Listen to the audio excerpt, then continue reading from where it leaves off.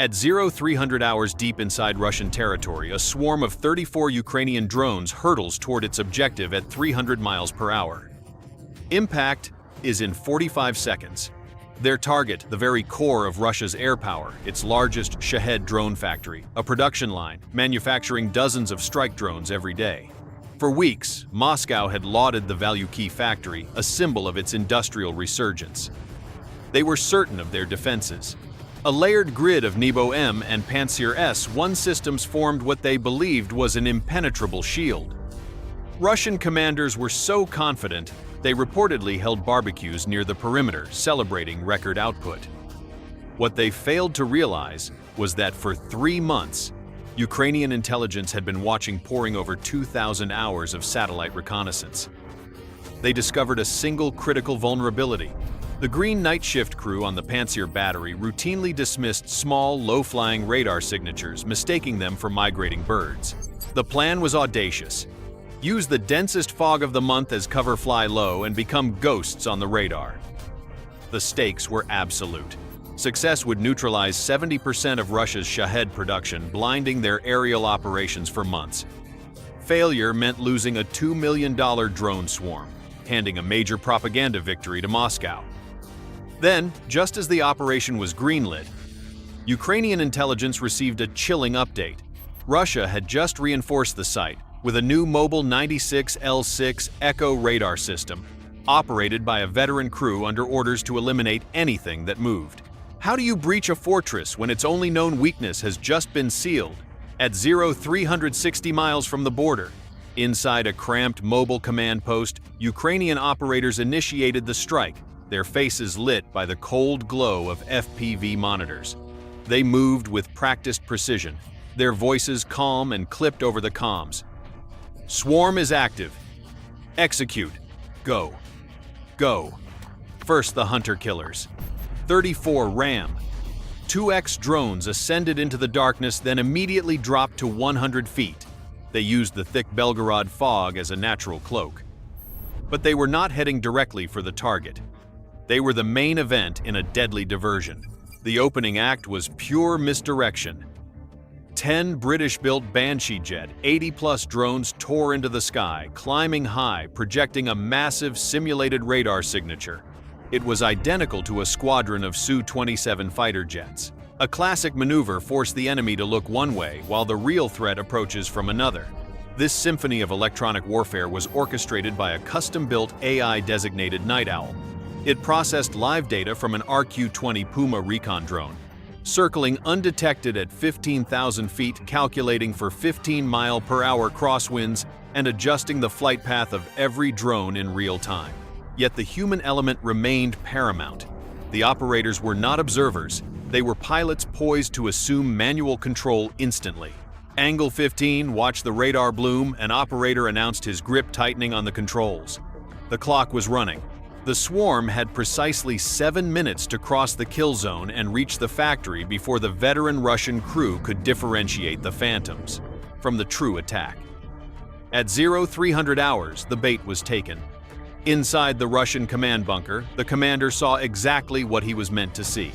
His tactical display showed 10 Su-27 fighters screaming toward his position. He did not hesitate.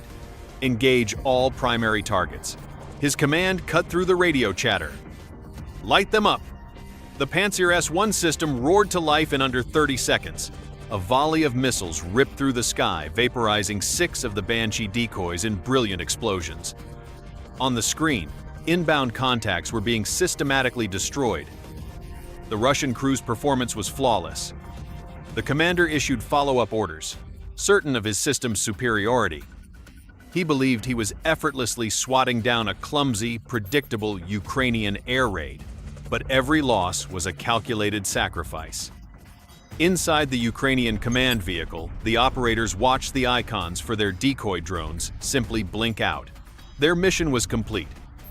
A sacrifice for 30 seconds of chaos. Now, the real fight began. The Russian commander sensed weakness. No celebration, only the hunt. The phantoms were gone.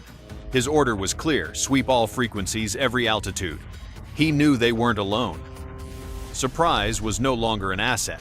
The main Ram-2X swarm had under 5 minutes to target. A veteran crew, now on high alert, was closing in. At 0300 hours, the Russian commander's fury grew. He knew he'd been played. Now his crew unleashed everything they had, scouring the airspace. 28 remaining Ram-2X drones faced total annihilation. But the Night Owl AI had already seen this move. A new protocol was initiated, Phantom Echo. The strategy shifted from concealment to camouflage. The swarm fractured. 3 smaller, erratic formations. Their flight software utilized biological data pulled directly from the Belgorod forest. They began to mimic the exact flight patterns of migrating birds. On the primary Panzer console, the hard-edged hostile icons softened. They became non-threatening biological returns. At the same moment, 15,900 feet above an RQ-20 Puma released a single specialized IR decoy. Its purpose was not to spoof a missile. It was to blind the Panzer's ground-based optical cameras. The decoy's flare bloomed, scattered by the dense fog. The Russian operator's screen flooded with a blinding whiteout. The fog, once an ally, had been turned against them. Inside the Ukrainian command van, a voice cut through the tension. "They're blind. Push the gap now." They were exploiting a 15-second window of confusion, an inefficiency identified during surveillance. A brief lapse during the 0300-hour shift change. For a critical moment, the deception held. The junior crew, overwhelmed, reported clear skies. But the commander wasn't watching the main display. His eyes were fixed on the raw feed from his new 96L6E backup radar. A more sensitive system, built to find what was hidden. He saw through the ruse. He saw the predators masked as prey. And he was preparing to respond with overwhelming force. At 0300 hours, the commander refused to be played. Like a chess master, he ignored the bait. He saw the checkmate 3 moves ahead on his 96L6E display. He dragged a kill box around the soft biological returns, manually designated hostile. Then, he fed the raw targeting data directly to the Panzer launchers. The response was immediate and brutal. 4 SA-22 missiles ignited, screaming from their launch tubes. Each missile accelerated to a blistering 4,000 feet per second. Seekers locked, 12 drones designated for destruction. But as the Ukrainian operators prepared to engage, a new enemy emerged. Not from the ground, but from the air itself. A vicious 25-mile-per-hour wind shear tore through the formation. On the FPV feeds, the world pitched violently. The AI fought for control. The force was too sudden. 3 drones failed to compensate. They collided. Not a crash, a vaporization. A trio of fireballs in the dark. Red warnings flashed across the consoles. 3 friendly icons vanished from the battle map, and the worst was yet to come. 4 inbound missiles were still closing. They were now fighting on 2 fronts. Against Russian steel in the air, and the raw, unpredictable power of nature from below. On the Russian command net, the commander's voice crackled. He was laughing. "They're out of tricks," he declared. He was correct. The playbook was empty. Nearly half their strike force was gone. The rest were moments from being erased from the sky. The mission hung by a single fraying thread. 0300 hours. 4 missiles seconds from impact. The mission was over. The plan shattered. The AI had no more calculated solutions. This was now in the hands of the operators. But they held one final desperate card. A piece of borrowed American ingenuity. Each Ram-2 was retrofitted with a miniaturized ALQ-50 decoy, the same system protecting F-16 fighter jets. This was not a flare, it was an electronic ghost, broadcasting a radar and thermal signature 100 times larger than the drone itself. A matador's cape to a charging bull. The operators hit the deploy switches. 4 decoys spooled out behind the targeted drones. The 4 SA-22s, locked onto what they perceived as an easy kill, suddenly acquired a more tempting target. Their targeting logic made an instantaneous fatal calculation. The missiles swerved violently, chasing phantom signals. They detonated harmlessly 1,000 feet away. 4 massive empty fireballs. On the Russian command net, the triumphant chatter turned to stunned, furious silence. The hunter had become a witness to a systematic dismantling. The final threat was neutralized. The Ukrainian operators issued their terminal command. The swarm split into 3 designated attack groups. Alpha Group, the main assembly workshop. Bravo, the component warehouse. Charlie, the central control building. The Night Owl AI, in a final act of opportunism, exploited the very same 25-mile-per-hour wind shear that had nearly destroyed them. It became a tailwind, accelerating the remaining drones for their final attack run. Every Russian defense had been breached, every countermeasure defeated. The path to the factory was clear. The final command from the Ukrainian operators was not a shout. It was a cold, quiet confirmation. Weapons free. Send it. The remaining 31 ram. 2 drones executed their terminal attack profiles. They did not simply fall. They became precision munitions. Their INS, GPS systems locked onto the factory's coordinates with a margin of error of just 3 feet. The first drone's 15-pound shaped charge didn't just impact the roof of the main assembly workshop. It pierced it, punching through 6 inches of reinforced steel and detonating directly over the primary Shahed 136 production line.